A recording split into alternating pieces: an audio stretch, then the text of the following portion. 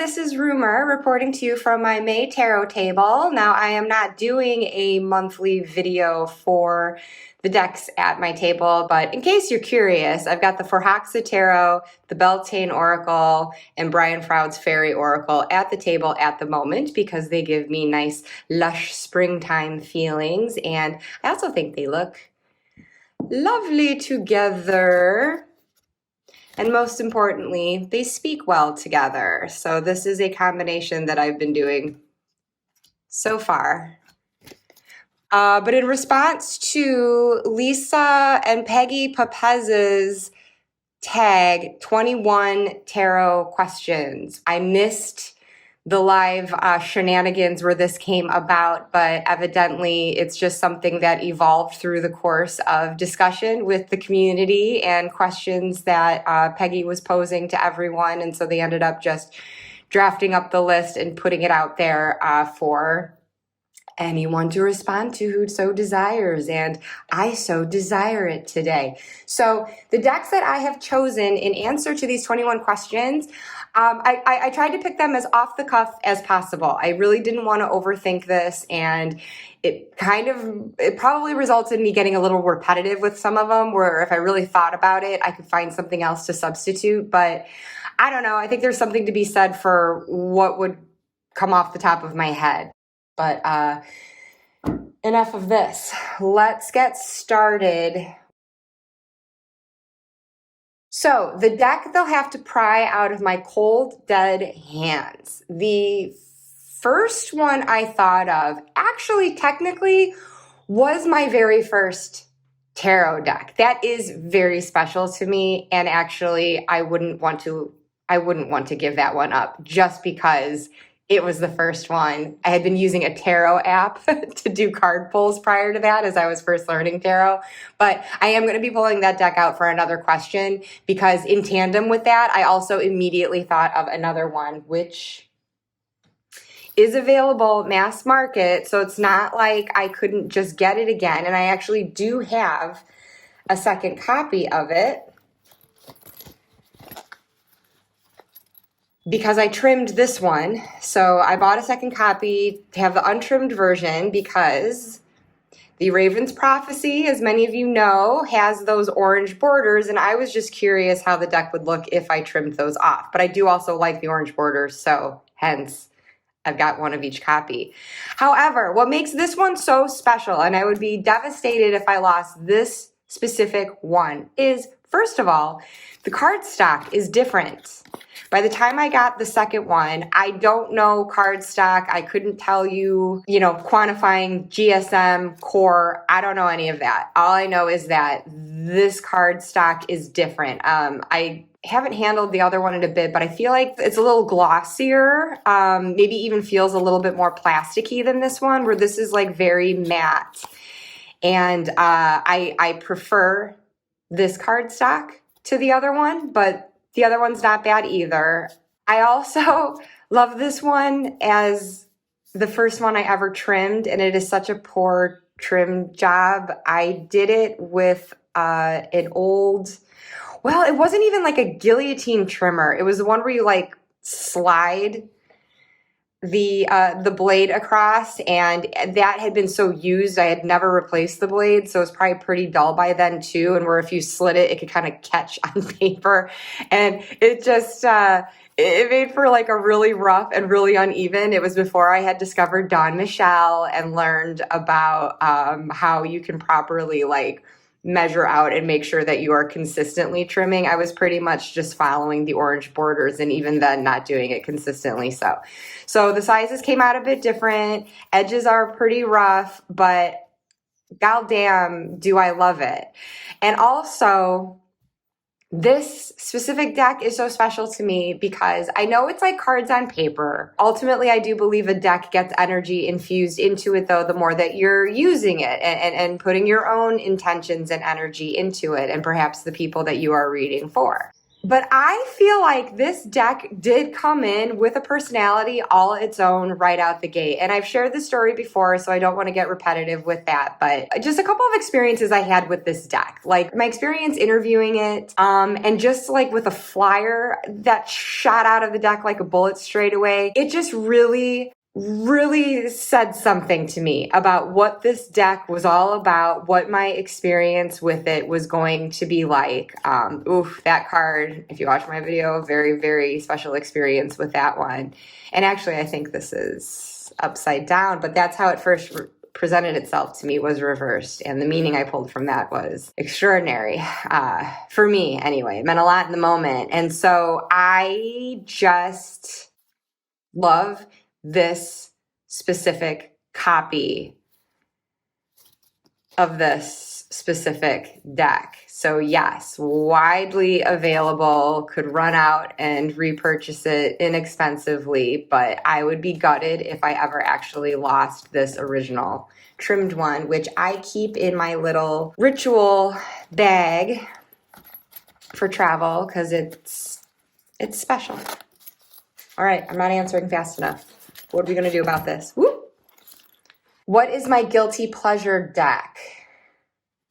I don't know if this counts because I don't have an ounce of guilt over this. Check this out.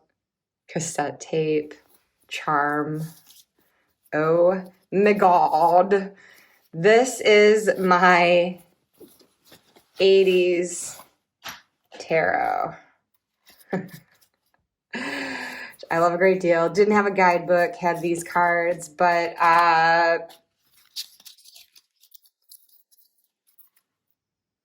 it's fab. It is retro and wonderful, and I am a child of the 80s, technically born in the 70s, but I identify most with the 80s, and that has not left my identity one iota as I age. You'll have to pry this decade out of my cold, dead fingers. Let's put it that way. So just the 80s references in here are super nostalgic, super clever too. I can actually get meaningful readings from this deck. So it does go beyond novelty for me, but I guess I'm counting it as a guilty pleasure because it does just also make me giggle and feel like a kid again, and it certainly does have that novelty quality to it, but I am happy to say that I can do actual readings with it as well. And so like I said, maybe this doesn't count because I genuinely have no guilt over it. Sorry, not sorry. So as for the deck that I wish existed, there has only been one deck that I've wished for, and now it does exist. So I think all I can say for this, ooh, my gosh, what's my deal? I guess all I can say for this then, now that the Buffy deck does exist, is that I now wish that the version that Heather and Sarah over at the 3 Girls 1 Deck special Buffy episode that they did with Julie of Peekaboo Rose, and that was Sarah of Sunset Bow Tarot, and Heather, I believe her channel is at Heather Carter. So they do the 3 Girls 1 Deck, all discussing their viewpoints on this deck as big Buffy fans. And Sarah and Heather had previously talked through already what they felt would be appropriate for each card in hopes of making their own deck. So in any case, their deck didn't pan out. I love this deck so much. You just have to watch my walkthrough of it to hear me squeal my fool head off. I am aware of its limitations too. It's not a perfect deck. There are definitely improvements that could have been made. For sure, the guidebook still needs work, and they will be working on that, apparently. But I just still think it's great. The fact that it was all fully illustrated delighted me to no end, and it's just fun seeing the images, and you can debate whether it's a good fit for the actual card that it is. I'd argue that most of them are, but there are some that are certainly questionable.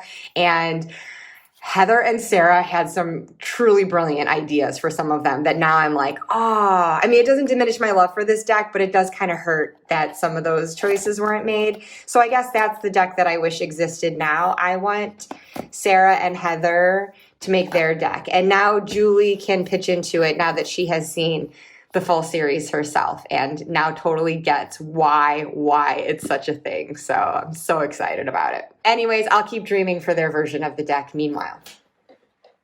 So what deck would I give to a new reader?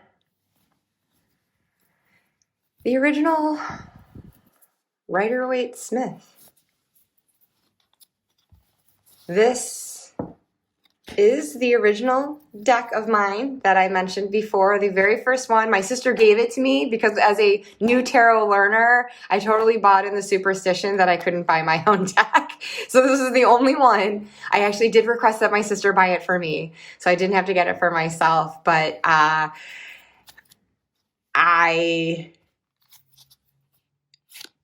cut my teeth on this deck. I have other versions of it. I enjoy the coloration of those decks better, where these are a bit like harsher, very yellow, but I treasure this deck and it just feels so great to shuffle. But anyways, I'm not saying that a new reader has to get this specific version. I'm just saying go to the basics. And I follow the RWS system. I am familiar with Marseille, and I've not yet studied Thoth, which I'll get into later. But so, I mean, this is my system. All the decks that I've bought since are pretty much based in this. And I just think that if you're going to start from the beginning, learn the original imagery, know the symbols, get the traditional meanings down, and then venture out and play with other artwork and the variations on these themes and bringing your own meaning to it. I just think it's one of those things where learn the rules before you break them and truly make tarot your own thing. But I couldn't imagine learning on any other deck than this. So for a deck that I wanted to get along with, but it just never clicked, I had to pull this one out of my purgatory because it just has not clicked. The Saucer Ibido Tarot. It's with somewhat heavy heart that I am going to be passing this one on. I did do a lot of readings with it. This was an early deck purchase for me once I did go beyond the traditional RWS. And I mean, there are cards in it I absolutely love, beginning with the Fool. But then, there's just some I kind of don't. And it's easy enough to read. I don't think I ever really struggled. One card, let me see here. You know what? Judgment. This is such a beautiful image, and I've read the guidebook and I understand the artist's reasons for going in this direction. But my understanding of Judgment, I've just never been able to get this image to click for me, just as an example. And I feel like there are a few others like that in here. And I enjoy the artwork, but it's not like, I'm not passionate for it. I don't know. I mean, I think I got it because, so this could answer a later question for like deck you got because everyone else did. I mean, this could certainly qualify for that. And sorry, I'm looking for a specific card. Oh, I really loved this Eight of Cups. So when this card or this deck did go in its own direction with some interpretations of traditional meanings, this was a prime example of how clever it is. And I do like the gentleness of it. I feel like it's a great deck. I like for use for like self-care readings, or if you just do want to go gentle on yourself, that's certainly how I was using it. So I do like it. I just don't love it in the way that I wanted to love it and the way that others out there were. And I'm finding, I'm really ready to pass this one on. And I thought at first I was going to do so and get the little mini travel edition in its place, but I don't think I even want that, truly. I think I'm just ready to pass it on. So it was good for the time that it was. Thank you, Sasaribito. So a deck that I only keep for the art, at least for the time being, because this is a deck I just haven't worked with yet. I would like to see the guidebook. I know that it's available online, at least at the website. You can go through and see information on each card. But I believe there is a guidebook coming out. Has it already come out? I don't even know. I'm not in the know with these things, folks, honestly. Don't come to me for the latest and greatest in the tarot world, because I'm just kind of doing what I'm doing over here. And if I hear about something, cool. But chances are I haven't.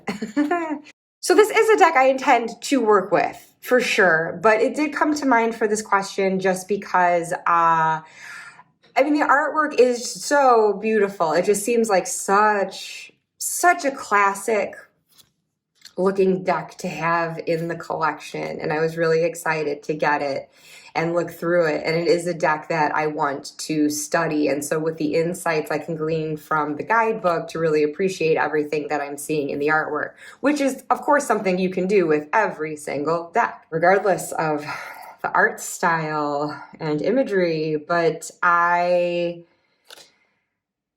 can also see working with this deck and being like, okay, yeah, that was fun, but I'm being pulled to others before I'm being pulled to this one. I'm just making that prediction. I can't say, but I just feel like it will be one.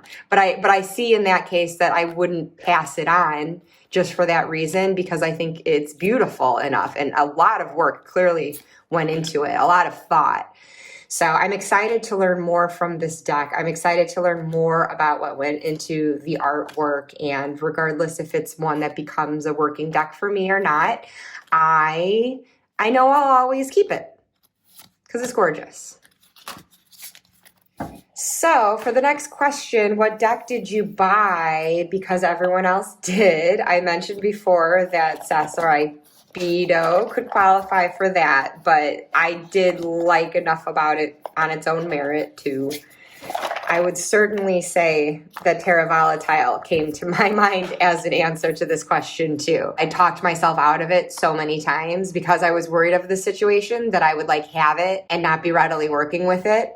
And just took a few more videos seeing people showing it to compel me to go and get it. And so I did. So this certainly can answer that question, but I think that an even better one for that, because I could see how I love that artwork of the Terra Volatile. The one this is going to have to warm on me, and it's really nothing I would have seen and wanted to get for myself if I wasn't hearing what everyone else was saying about it. So the Anna K, and I shared this in a recent video as a recent acquisition. This box is the absolute effing worst. Haven't worked with this one yet either, but I have gone through each card and given thought to how it was being interpreted in its artwork, and I do get warm fuzzies from it right away. There is something very endearing about the people in the deck, and that's what I always heard would be the case. But on the surface, there are so many tarot decks out there to choose from. There just was nothing about this that I saw that readily made me want it or think that it was really bringing something special to the table. I just don't see it, and I don't know, but I found myself in a mood over the winter where, as I was seeing this one in different people's videos, it felt very cozy, and there's something about the setting and whatever time period it's supposed to be that I was just really feeling that. And what everyone says about the people in the deck, I really wanted to be a part of this nice, friendly village that would welcome me in. And I feel like this deck could do that. And so I definitely got that impression on first flipping through the deck and thoughtfully flipping through it. I wasn't going through as fast as I am now. I was really looking at it. I just have yet to do actual readings with it. So I definitely bought this just because everyone else did. But I do definitely think it's going to grow on me because it has already begun to. So the Anna K. What deck is over my head or just baffles me? No brainer. And this is not the first time I've said this. I know. I'm so sorry, Benabel. The Spirit Keepers Tarot. It's not a criticism of the deck. It's just more a criticism of my brain and what lengths I'm willing to go to for a deck. And so I've got the gargantuan book of maps. For a deck to sit and study, I mean, it is just such a trove of cultural, historical, theological information and insights in abundance. It's such an accomplishment. Every time I look at it, it just blows my mind away. Not just the research that would have had to have gone into this, and the fact that Benabel did her own artwork and the layering of color and texture that she's done for this specific edition of it, but just also the synthesis of the information. What she chose to pick and apply to a specific card for its specific meaning, I mean, it is just tremendous. The intellect and spiritual insight and intuition that would go into something like that. So I will always have this deck, even if I never use it, which I do plan to still use it, but I know I'll never pass it on because I just really, really value the effort and knowledge and wisdom that went into it. And so I just found that it makes my brain hurt when I am looking at a card and just reading the specific entry in the book of maps about that card and trying to understand everything that went into it. It's an overload. It makes my mind short circuit every time. So, I mean, that's my limitation. And I can't help it with tarot. Yes, I want to read the guidebooks and see what artists intended for the work. And I want to understand the symbols and everything. It's not that I don't want to go in depth, but most of the time, quite frankly, I just want to grab the cards, shuffle them, and sling them. And bring my own meaning to it, make my own meaning of what I'm seeing instead of overloading too much what the intention was behind it. I know that's important, and it's not that I don't want to work with that as well and be informed of what I'm working with. It's not that, but this deck, I just feel like it's a harder one for me to do that, to just throw it down and just take my own meaning, because every time I look at it, I see some kind of symbol, and I'm just like, oh, that's in there for a really specific reason. What is that? And I just want to know, so then I want to grab the book and look it up and read about it. And so I haven't let myself really sit and just work with this intuitively. And maybe I should just let myself do more readings that way and see where it lands. But regardless, as a deck to study and appreciate, I certainly do. It does go over my head, I will say. What deck surprised me? I feel like there's got to be another one that could answer this question, and I wish there were, because I feel like this deck gets talked about so much, and I'm going to be repeating it in this list of questions. But I can't deny the first one I thought of was the Deviant Moon. I resisted this deck for such a long time. I just thought it was so wildly creepy and just not my aesthetic at all. But then reading the reviews, I would hear how people just felt so differently about it once it was actually in their hands, and being that this was mass market, not too expensive. At least I didn't think so. It was a price point I was willing to pay for. It was worth it to me to just get it and see. And so I was surprised by how quickly I took to this deck. Just right away, I felt like I could read with it very intuitively. And I know this is a deck that has a gargantuan book that you could get to accompany it, a huge, huge art book that explains everything that Patrick Valenza put into this, all the textures that are appearing, like what his actual art process is. And there's so much symbolism in here too that you could really like dissect. But I don't have that book. I'm not looking to get that book because for me, I do just like to work with it more intuitively. And I think it's really suitable for that. And kind of going into those darker crevices of the psyche. But it's also very cheeky. And there's a bit of a playfulness and a humor to it that can offset the creepy factor. But I mean, make no mistake, I still find these images super creepy. I just don't find them as off-putting as I originally did. So yes, this is a deck that pleasantly surprised me.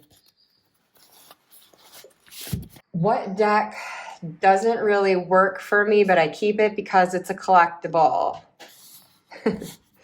Surprise, surprise. The Alleyman's Tarot. I like this deck. I am going to keep this deck. But you could see where, like, all the things that were offered with it, I just, like, snatched it up. It was quite an impulse buy. Everything that was tacked on, though, was being offered very affordably, though, because it had done so extraordinarily well in the Kickstarter campaign. Received so much funding. Things were able to be offered at a lower price point, so that was great. I'm not even going to pull the full deck out. I got all the expansion packs, and so there's like still that much more left in here. But why I'm keeping this, it's an appreciation of the different artwork that's in here, all the different approaches to the tarot cards and all the non-standard cards that are included with the expansion. It's just really interesting to see all these perspectives, and it's such a celebration of what tarot has become in terms of the options that are out there for the decks. Like, this is it in a nutshell, what different directions you can go in for your tarot deck.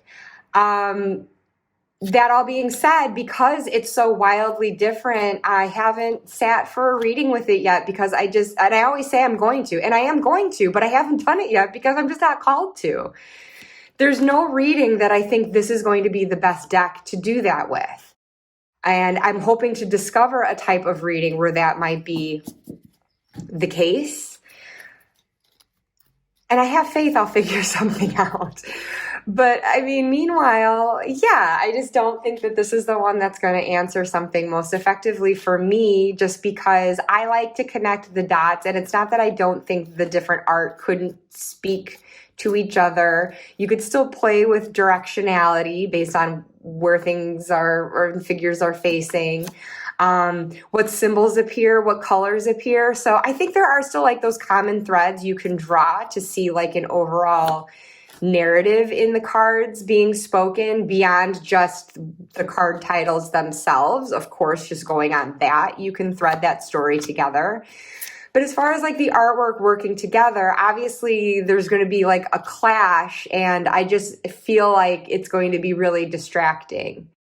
And it's not going to deliver like a cohesive, harmonious message.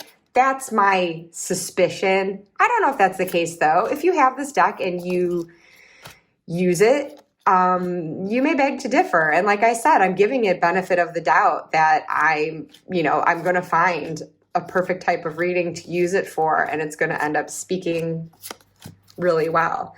But for now, I mean, I've had this for like a year now, and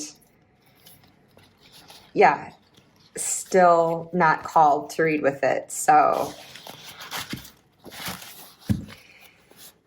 even if I try to read with it and determine, nah, it's a no-go, I'll keep it. It's a collectible. I've got like all the stuff with it. I like the pseudo cigar box it came in. I think this is clever. It looks like a giant matchbox. Like the whole concept of it,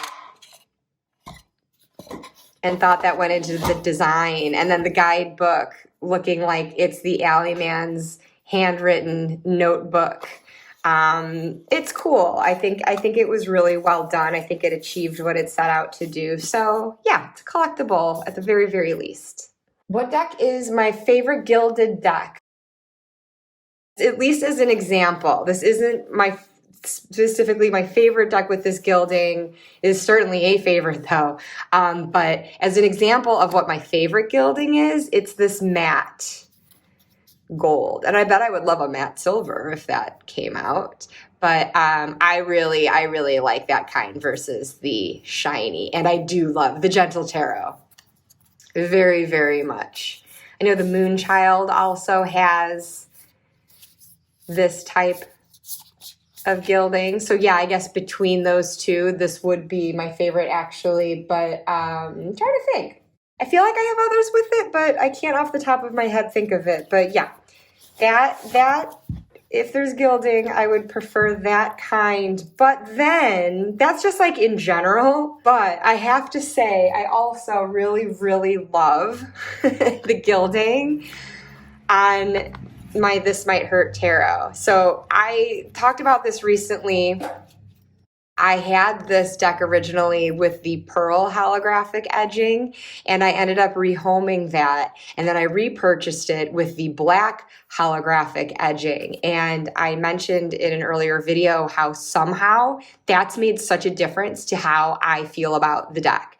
And I'm usually not that like superficial when it comes to decks. Like the gilding usually does not make any difference to me. But I feel like somehow it like lends a different personality to this deck.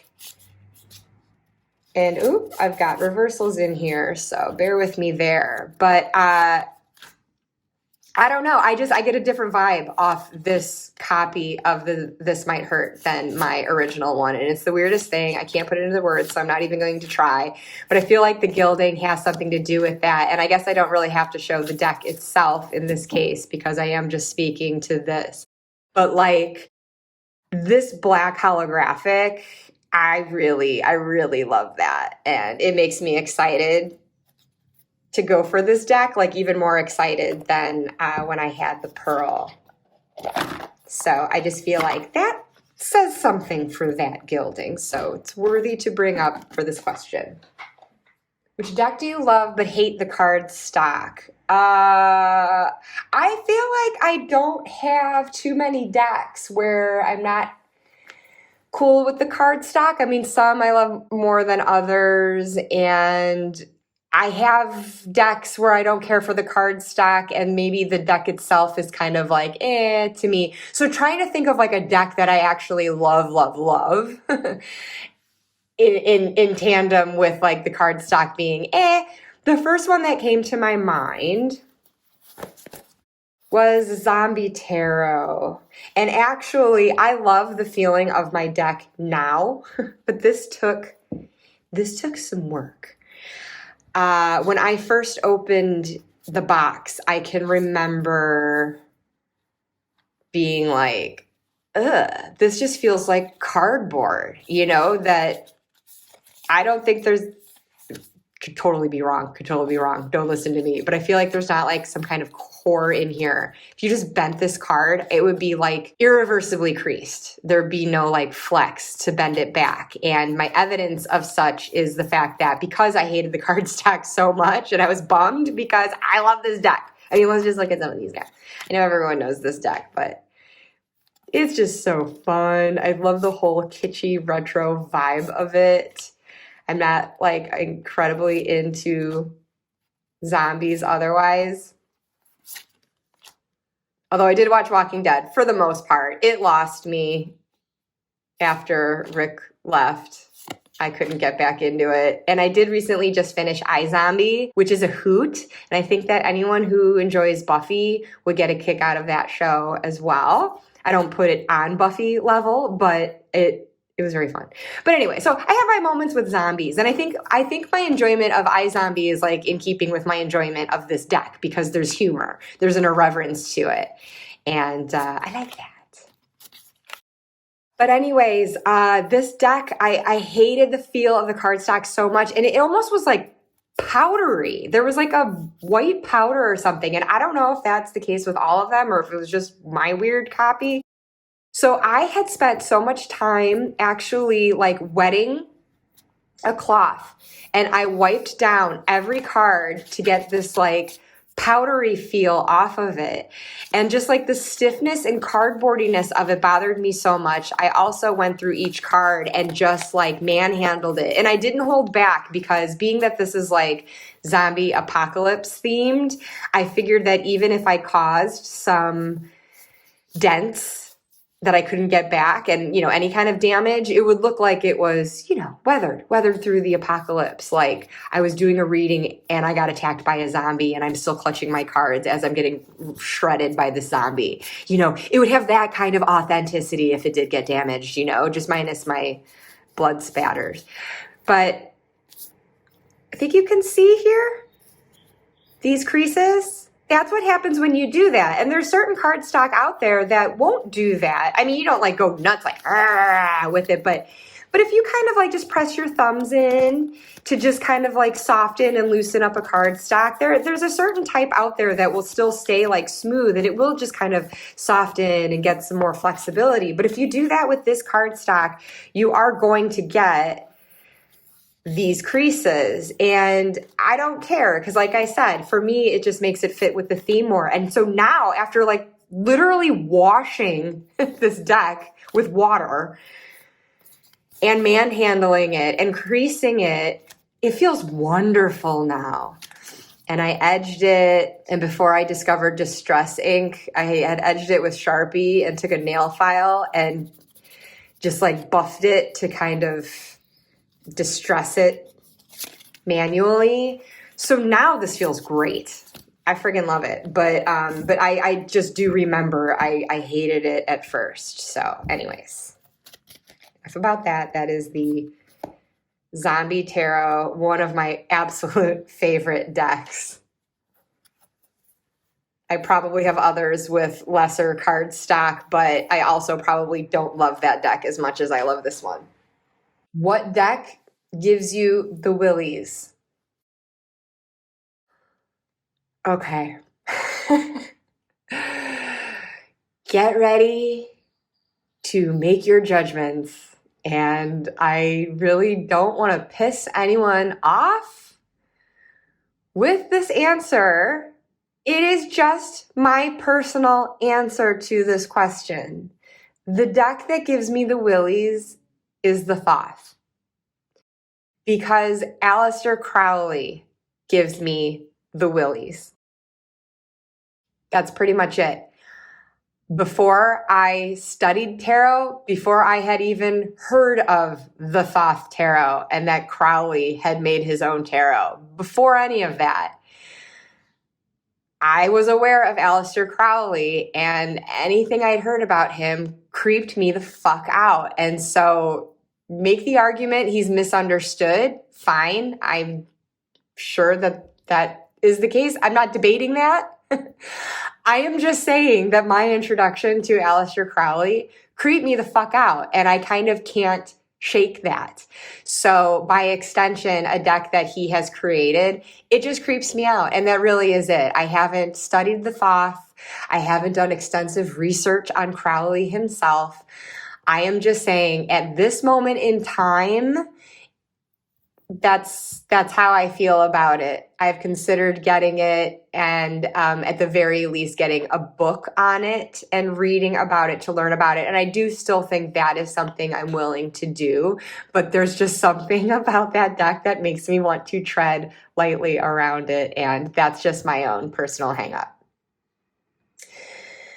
So what's my favorite deck for shadow work? Well, another one that immediately came to mind is the Deviant Moon again.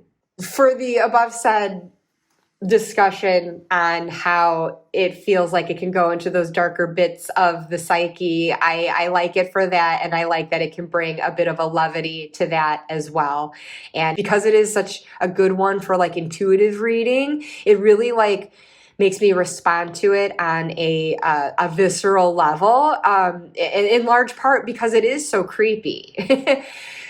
that it kind of like gets that response. So it makes me feel like it's kind of like, you know, puncturing into my gut and pulling something out with that. So I feel like for shadow, and obviously I'm not the only person to say that. I know this is a deck that a lot of people will talk about for shadow work.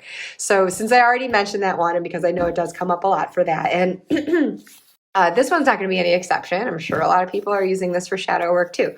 But I felt like I'd be remiss not to also mention the Somnia Tarot, which I bought for shadow work because it has a very watery, liminal, subconscious quality to it. And I still think it's great for shadow work. And what I ended up finding myself using it for most in the past year was grief work. So yeah, it's been really meaningful to me in that respect, and is just the fact that it seems to, even though it's depicting humans on Earth, you know, this is like the material world, it's photographic. So, I mean, that's as real as it gets. You can go up and pinch this queen. But even despite that physicality and reality, it does exist on this other plane, just with that costuming, with these sheets that make the figures very ghostly, all the water that appears within it, and smoke, and it's just, it really does tug things from this real material world into that more transitional, ethereal place, but it exists somewhere in between, and you know, therein lies shadow if you're seeking it. So yes. So then what deck do I love in theory but not in practice? So this is a new to me deck. I just got it at the beginning of the year. It was my first deck purchase of 2023. And I haven't done a lot of readings with it, but in initially walking through it, it's a stunning tarot, by the way. I think the second edition, there's a new edition of it that just came out, and this is not it. This is the one that came before. So I kind of snatched it up before it would sell out, and I edged mine in all the colors to go with the back. So that's very fun to me. That gets me excited about it. But okay, truth be told, I did an unboxing video of this deck and I walked through it giving my first impressions, and I ended up not publicly publishing it to the subscriber feed because I was just really insecure about my knowledge of the cards as I was walking through it, because there were a lot of references in here that I was faltering on, but I ultimately decided like I would still put it out there. I took the time to do it. Maybe someone would be interested in seeing it, but it's unlisted, so it's not anything anyone's going to find just by looking up this deck. But here's a secret. You can find it if you were curious to see. You can find it in the playlists. I've got it in the walkthroughs playlist, and I think also Tarot and Oracle, or just the general Meets My Mancy playlist. It should still show up publicly at my channel there. It's just the video itself is unlisted, so you have to find it in the playlist. So anyways, my walkthrough experience of that, you know, of course I was open to that changing once I actually started working with the deck, but I find that it's still something I am grappling with. So what I think sounds great in theory, and I do absolutely love it, is the fact that, and of course it's all shuffled up now, so it's hard to demonstrate, but like the suits, the pentacles or coins are Egyptian mythology. The swords are mermaids. The wands are witches. And the cups. Can I find the cups? Well, that's a very generic looking pip card, but oh my gosh, can I find cups here? Come on. So the cups are from the Tales of the Arabian Nights. So I love that. I love that, like bringing in story and mythology. That is so up my alley. And I love the coloration of this deck, these like bright, bold colors. And I know that that's something that changes up with the different editions, how the color is used. But it's just so like, bam, you know? So I just thought like, oh, seems like a deck that's going to be like a real blunt reader, really pack some power. And it's not that I don't think that it has that ability. I think part of it is that some of the references, without a guidebook, I don't know what all the references are. So I found myself kind of tripping up with the mythologies and like not knowing exactly like what in the Arabian Nights is this referencing and why for this card. And without that knowledge, I didn't know if I was getting enough from the visual to apply to the card. But there are things that were definitely interesting to me. Like for a Queen of Cups, and she's got a sword, you know, like this is a very different visual of the Queen of Cups than I would expect. And there were some other ones like that were kind of surprising to me. And not that I didn't like it. I didn't see it as like contradicting how that could be read. I saw it as adding another layer of meaning into how you might interpret the card. So I do actually think that that's quite cool. But then there were just others where I just kind of, I don't know, I was kind of grasping, even if I did know the reference, even if I did know that one of the coins cards was depicting Isis or Horus, I didn't really understand like why that particular tarot card had them, how they were lending something to its meaning. And then other times I could. So, I mean, I think like for most of these cards, I get it. I just feel like it's not, I have to work at it more. And that's fine. I'm willing to work at it. I'm willing to put effort in. But I had kind of hoped that this would just be more of a, almost like I said for the Deviant Moon, where you just kind of get like that punch to the gut and you get this like ready intuitive hit. I was kind of hoping this deck would be like that. And I find that maybe I struggle with it a bit more, and maybe it's just a matter of needing to just continue working with it and maybe becoming more knowledgeable on what's being referenced. But I just felt like I had more, as I was going through the walkthrough, which like I said, you'll see it if you watch it. I just found I was coming up with like maybe a lot more questions than I had answers. And so for right now, that's how I'm feeling about it. I otherwise love the theme of it. I'm just, actually, now that I'm thinking of it, one of the other things that seemed like almost a contradiction, but it gets me looking at something in a different way, was like the fact that it would be mermaids for swords, where like the obvious suit for them would be cups, right? The water. So I just thought that was such an interesting choice, having these mermaids in the water, but they're the swords. And so again, I like the layer of meaning that adds to my interpretation. So I'm not criticizing that at all. I'm just saying it gives me pause. So I feel like this deck right now is not one. I can just lay down the cards and I can get a quick read from it. Like I have to really like sit and think about it, which there's value in that. It just wasn't exactly what I was expecting. And I can't say that I love that aspect about it. Like I would like it to have a bit of a punchier effect on my readings than I feel like I've had so far. But whatever, it's still new to me, so I'm going to keep working with it. What deck would I never use to read for someone else? Well, I think that would definitely be my Somnia again. First of all, as I'm taking it back out of the bag, or at least some of the cards, let me preface by saying I'm not a professional tarot reader. I predominantly do just read for myself. It's very rare that I do readings for someone else. And if I do, it's just, some friends and family members.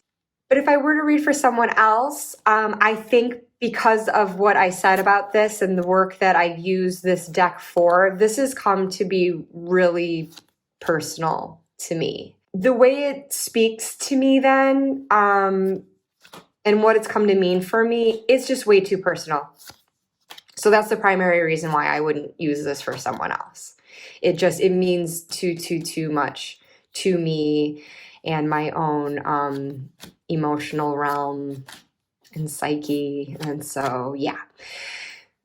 Also, I am aware that this deck puts a lot of people off. These images can be considered quite disturbing and, claustrophobic with all the sheets, it gives like a smothering effect in that regard. And it's kind of like a darker edge to it. And so I can just see that like not everyone would be receptive to this deck. And I think if I was reading for someone else, it would definitely be someone who, for the people who ask me, they know nothing about the tarot. And so I think they already go into a reading kind of afraid because they think that I'm going to predict their future and they're not going to like to hear it. And like I'm always explaining, like, I don't use tarot predictively, at least not in the way that they think I'm going to. And so they're already coming in scared. So I don't want to use a deck that's going to intimidate them beyond that. And so I think for that reason, then, just because I'd already mentioned the Samia, just to bring in something else,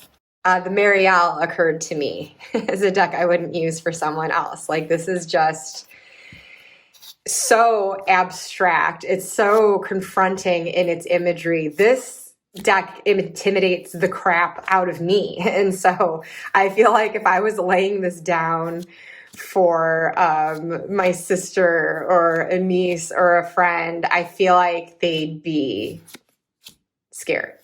And because I like to talk through and point at the cards and explain why I'm coming up with the interpretations that I am when it comes to friends and family, because especially it's like when you're reading for people that they know certain things about them and their lives. So I always feel hard pressed to explain how I'm getting a certain interpretation from a certain card, because I don't want them to think that like I'm just saying what I want them to hear as myself, as their like relative and friend, like using the tarot as an excuse to give my own opinion on something. I want them to know, no, this is genuinely coming from the cards. I am just serving as an interpreter. I'm not bringing in my own bias based on what I know of their backstory and situation. I'm trying to like remove myself from that personal involvement and just straight up interpret the cards. And so I feel like when you're giving the traditional interpretations, it's easier to point to a more traditional looking deck, like a Rider-Waite-Smith, to explain that we're like, this is a deck. It's so intuitive, and it's definitely incorporating other elements, non-RWS. I know that there's Thoth in here, and perhaps other influences as well, and just the artist's own take on it, that, it just becomes that much more to try to have to explain. And sometimes it's hard to explain. It's hard to put into words. So I feel like when I do readings with this for myself, I think I would have a hard time even journaling with it, just trying to articulate verbally and in the written word what these images are saying to me, because it's almost like an unspoken message with a deck like this. And there are certainly other ones like this that I have similar experiences with, like a Margaret Peterson. So yeah, I just think I find myself hard pressed to even explain where I'm coming from in my interpretations for someone else. But then also, I just think it would scare them. Okay, so what deck would I never use for myself? Okay, I'm going to give another repeat. The Thoth.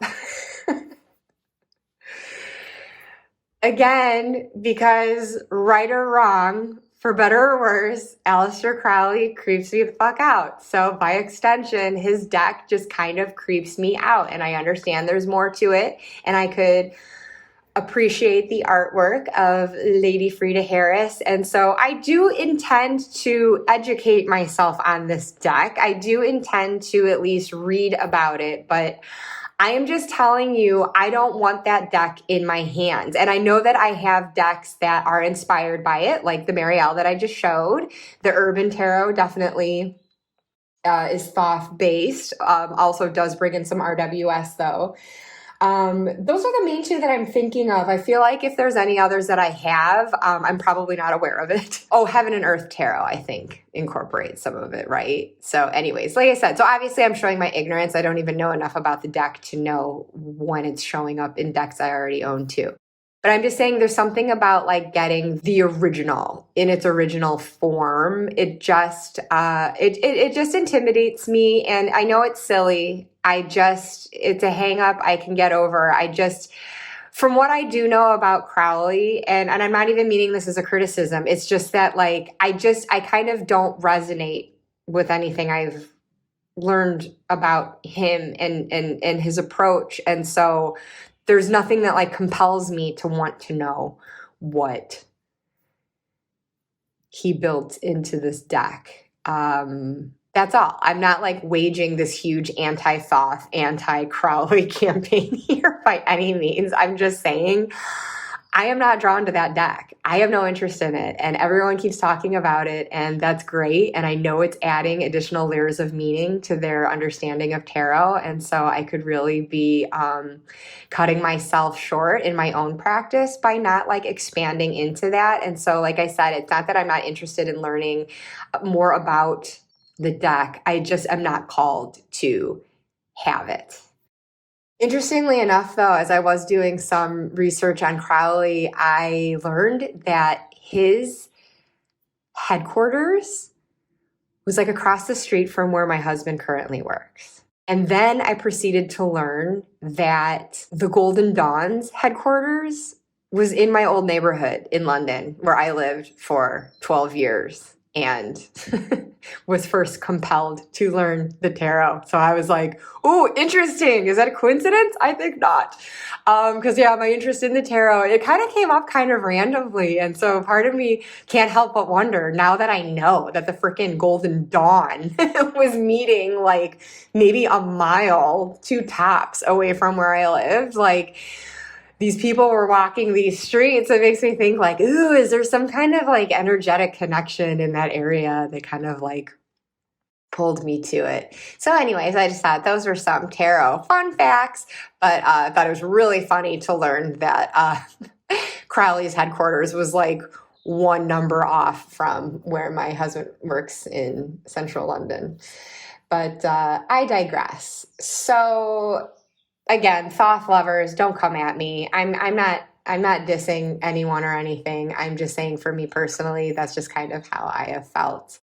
So what deck could I not bring myself to buy? I guess that kind of answers that. I cannot bring myself to buy the original Thoth tarot at this point. What is my favorite pip deck? Okay, let's get into less controversial territory, hopefully, unless someone out there is going to be like, I fucking hate this deck, screw you. The Marseille people are going to come at me, who their favorite is the tried and true Marseille deck, and I am showing this modern bastardization of it. I just can't win. I just can't win.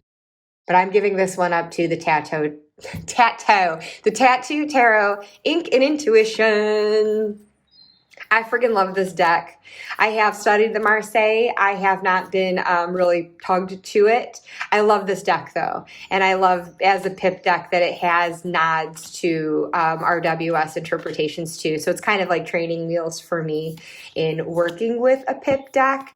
But this particular one, I just love how bold and beautiful the graphics are. It's just got a cool edge to it while also looking like something very traditional and classic. And it's awesome. And I love the card stock. It's great. It's my fave. So then what deck slaps me with the truth? I'm going to cheat on this a bit, even though I understand full well where that question is going. I do personify my decks, and I do have decks that deliver a message more bluntly than others. So I know that that's the essence of this question. Even being aware of that and what decks I could pick to answer it in that spirit, my ultimate answer is all of them. Every deck that I own slaps me with the truth, even if it's doing it with a gentle touch.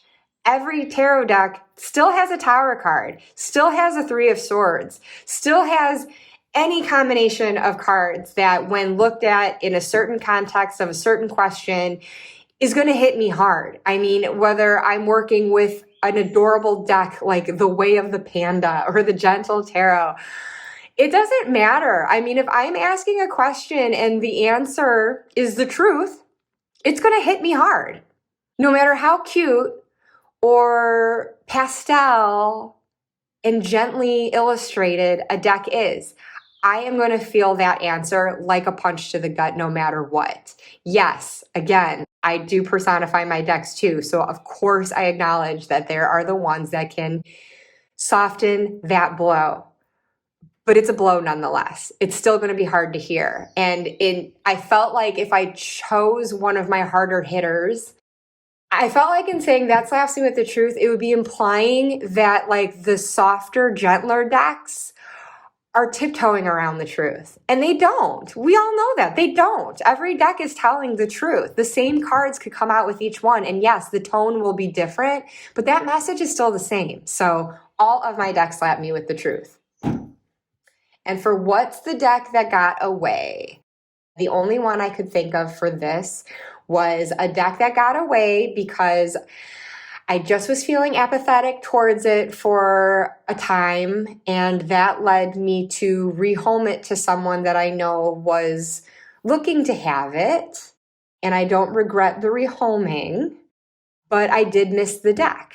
So the deck that got away is one that ultimately found its way back to me, and that is the This Might Hurt. And so I've shared this before in another video and just in this video that I repurchased this deck with the different gilding on it. But yeah, this was the only one that I felt that way about, and this is now available mass market. So that's great that it's available to even more people now at a more affordable price point. I did specifically want the indie version though, because the other one I had obviously was the indie, and I knew I loved that card stock and I didn't know what to expect from the mass market just yet. So anyways, could have gotten away. It didn't. I hooked it back in. So that's my hashtag 21 tarot questions in response to the lovely Lisa and Peggy Papez. Thank you so much for this fun tag, ladies. I really enjoyed it. It's always fun to have an excuse like this to dig through the collection and play with decks that maybe I haven't looked at in a bit, or kind of appreciate them in a certain light. Like maybe I never thought of them this way until I read the question and thought of them. So this was a delight to do, and thank you so much if you joined me in this. And if you're joining in on the tag, just make sure to use hashtag 21 tarot questions. And regardless, leave me a comment if you have certain decks you would have chosen for any one of these. Even if you want to try to talk me into the Thoth, have at it. I'd like to see you try. All right, I don't want to end on an antagonistic note like that. Thank you so much for joining me. Whatever you want to let me know in the comments, please do so, and I'll see you next time. Bye!